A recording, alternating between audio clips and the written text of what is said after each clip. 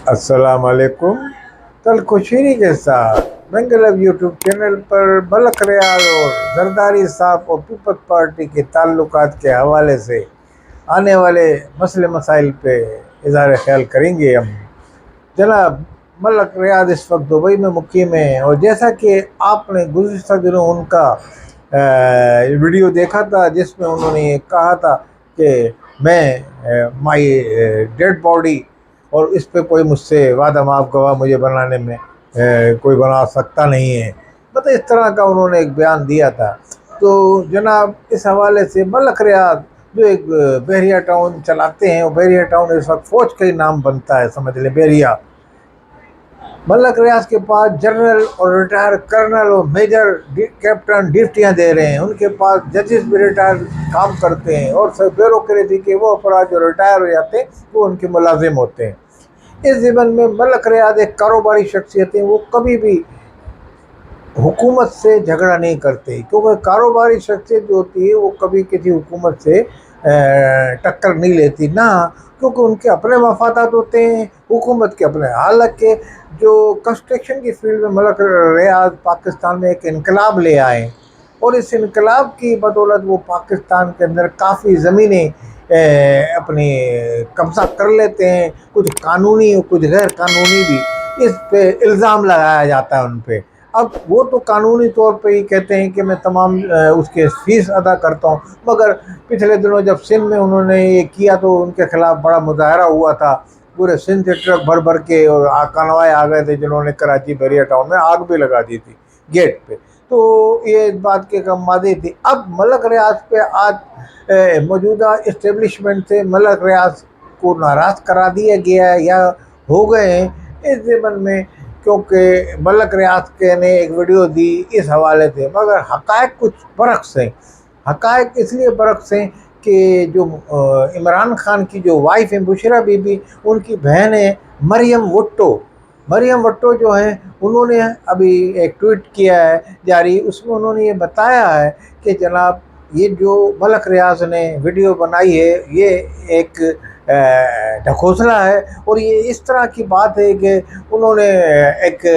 बयान दिया है, जबकि मलक रियाज जो है वो किसी भी तरीके से हमारे फेवर में नहीं है। मतलब उनका लबाब ये था कि मलक रियाज ये हुकूमत के उस इमा पे ही ये कर रहे हैं सब कुछ, और मलक रियाज हुकूमत के दुश्मन नहीं है, और ना ही PTI के कोई ज़्यादा वो हिमायती हैं। तो उन्होंने ये कोशिश की बताने की। अब इस ज़िमन में कितनी सदाकत है और ये क्या है, मगर बहरहाल एक ज़िम्मेदार खातून है वो, तो उन्होंने ये बयान दिया, बोला ये सब एक ऐसी कार्रवाई है। और अब इसमें ज़रा गहराई में अगर जाते हैं तो हमें ये नज़र आता है कि मलक रियाज सदर पाकिस्तान के भी दोस्त हैं आसिफ जरदारी की, और दुबई के अस्पताल में इनकी मुलाकातें भी होती रही, और मलक रियाज ने शिकवा शिकायत भी किया कि मेरे ऑफिस में उन्होंने छापा मारा एजेंसियों ने या जो इन्होंने भी। तो इस ज़िमन में उन्होंने जैसे पिछले वीलॉग में भी हमने एक खबर आई थी, जो सोशल मीडिया पे खबर उठी थी कि उनके 3 आला अफसरान जो करता धरता है उनको अरेस्ट कर लिया गया है, और उनके खिलाफ रेफरेंस आ रहा है। तो उस रेफरेंस के हवाले से जरदारी साहब और उनकी गुफ्तगू हुई है, और बताया ही जाता है कि और अवाम और काफ़ी लोग इस पे मुंतज़िर थे इस बात की कि कारोबारी आदमी बिजनेसमैन कैसे किसी इस्टेब्लिशमेंट से टक्कर लेता है। जरदारी और मलक रियाज तो हमेशा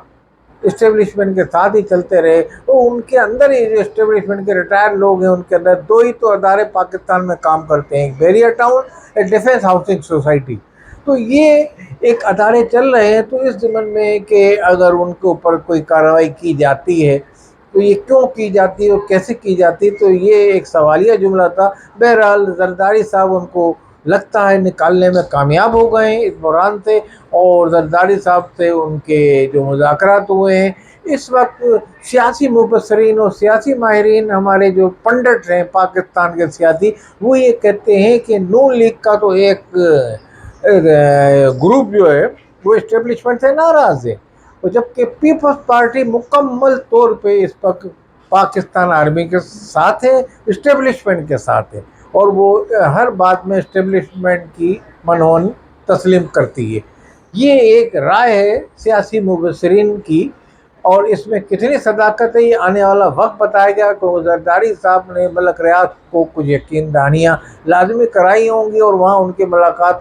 شکوہ شاید، کیونکہ زرداری صاحب کے جو بلاول ہاؤس ہیں اس میں بتایا ہی جاتا ہے زرداری صاحب پارٹنر بھی تھے ملک ریاض کے، اور بنانے میں بھی ملک ریاض کا اہم کردار ہے۔ ملک ریاض اس طرح کی بینیفٹ سیاستدانوں کو دیتے رہتے ہیں، جو انہوں نے ابھی پیسہ جو القادر ٹرسٹ کے لیے دیا ہوا ہے، جو کیس چل رہا ہے، جس کا یہ سارا شاخسانہ ہے، تو اب اس کے حوالے سے وہ ماضی میں ان کے نون لیگ والوں سے بھی تعلقات رہے، ہر سیاسی پارٹی کے بڑے بڑے لوگوں سے ان کے تعلقات ہیں، اور وہ ایک اچھی شخصیت کے مالک ہیں، وہ کسی کو ناراض نہیں کرتے بھی۔ پہلی بار ایسا اتفاق ہوا، ایسا ظاہر ہوا، ایسا شو ہوا، تو اب یہ مریم بھٹو جو صاحبہ ہیں، یہ جو بشرا بی بی کی جو بہن لگتی ہیں، تو ان کے بیان سے یہ ظاہر ہوتا ہے کہ یہ بھی کوئی سیاسی چال تھی ان کی، یا ان کا یہ بیان جو تھا یہ بھی کوئی اس حوالے سے، کیونکہ اپنے پاؤں پہ کوئی کلہاڑی نہیں مار سکتا کہ اس برے حالت میں اپنا کاروبار کو تمام بیریا ٹاؤن پورے ہر شہر میں بن رہا ہے تو اس کو تباہ کریں گے اسٹیبلشمنٹ سے ٹکر لے کے، یہ کر کے،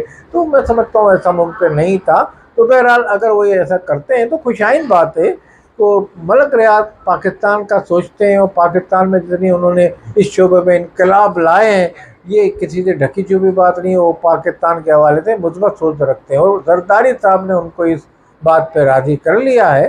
کہ وہ